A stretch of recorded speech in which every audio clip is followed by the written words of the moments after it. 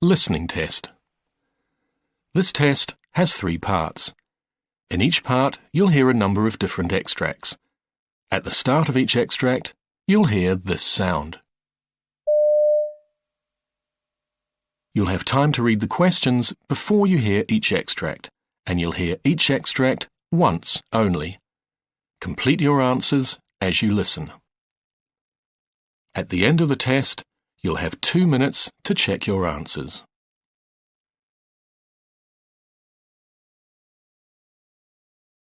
Part A. In this part of the test, you'll hear 2 different extracts. In each extract, a health professional is talking to a patient. For questions 1 to 24, complete the notes with information you hear. Now look at the notes for extract 1.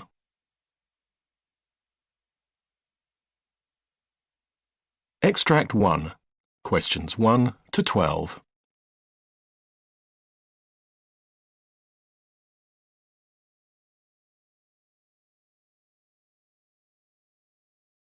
For questions 1 to 12, complete the notes with a word or short phrase. You now have 30 seconds to look at the notes.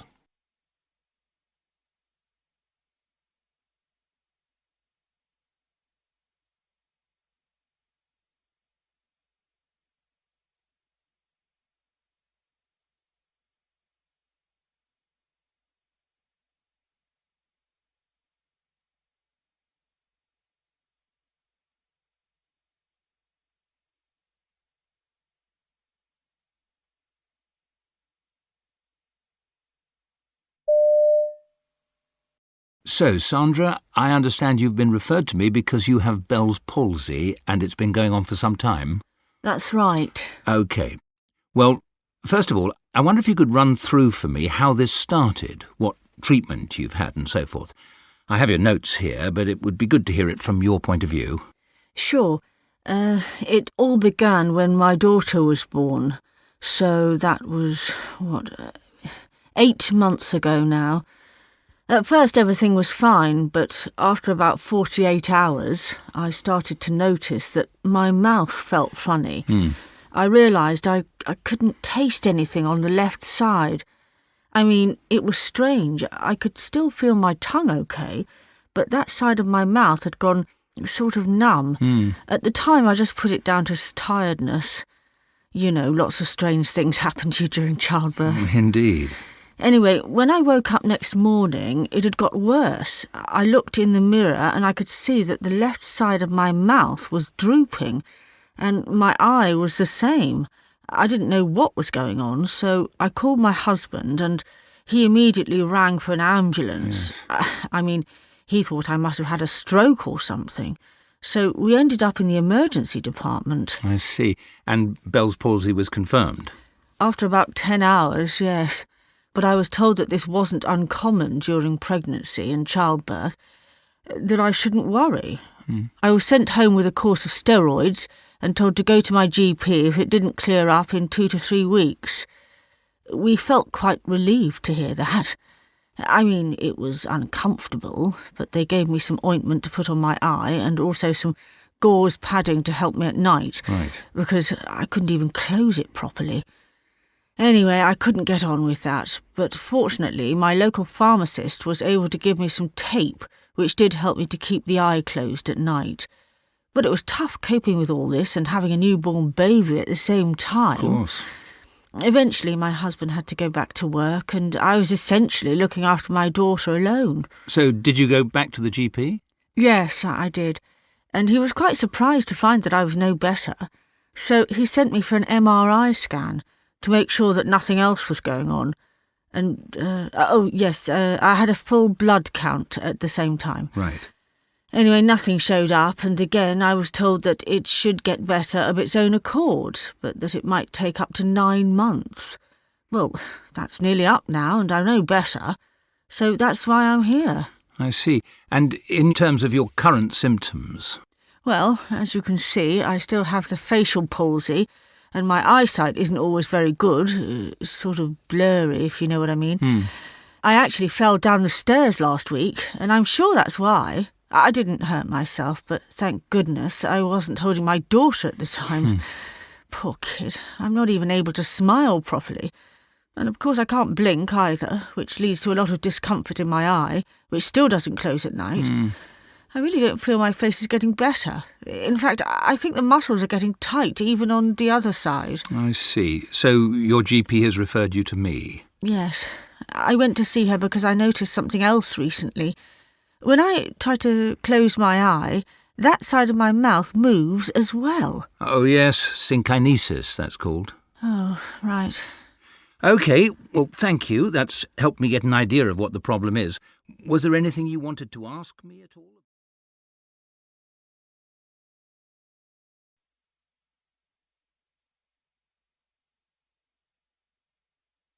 Extract 2, questions 13 to 24.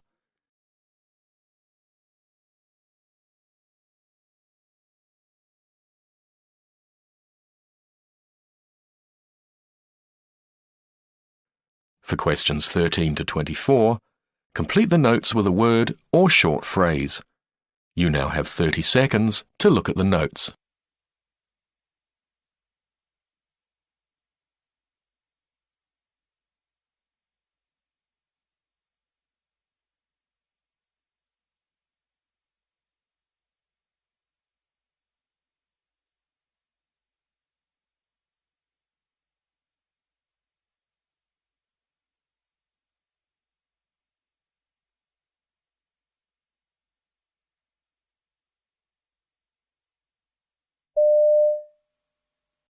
So, Declan, you've been referred to me because you've been experiencing digestive problems. Before I examine you, perhaps you could tell me in your own words the history of the condition. Well, it all started about 3 years ago. I suddenly found I was having issues keeping food and drink down.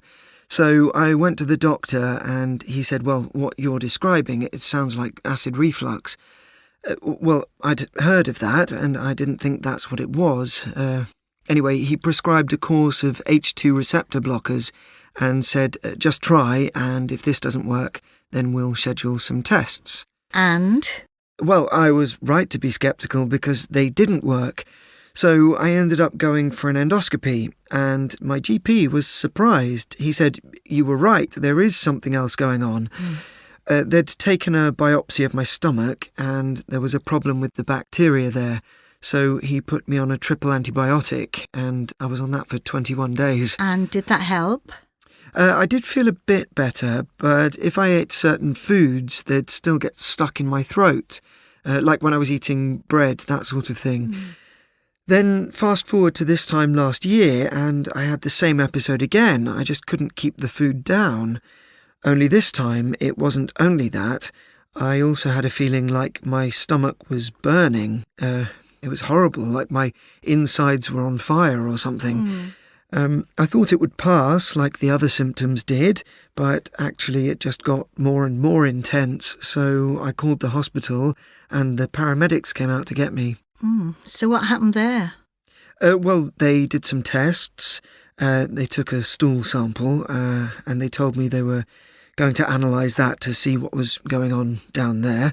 Anyway, eventually I was told I'd been diagnosed with colitis and again was prescribed antibiotics.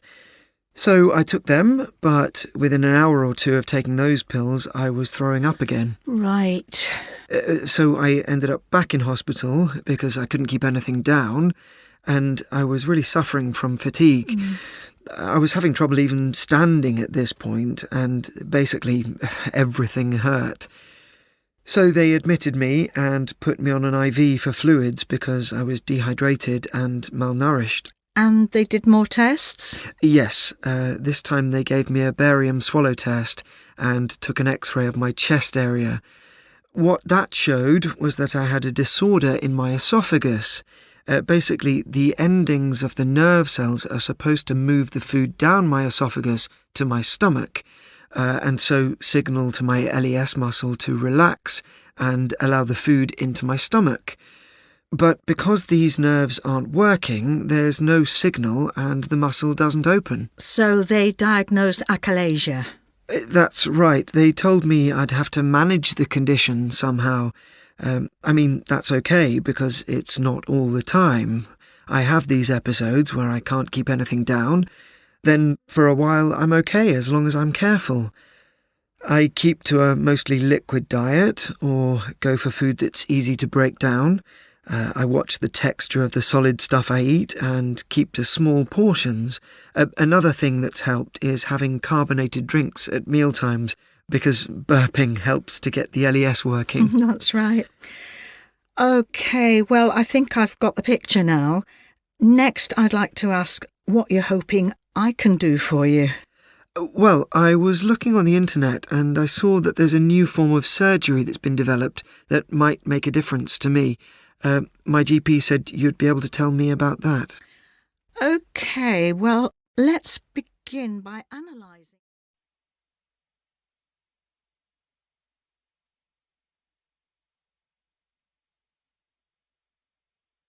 That is the end of Part A.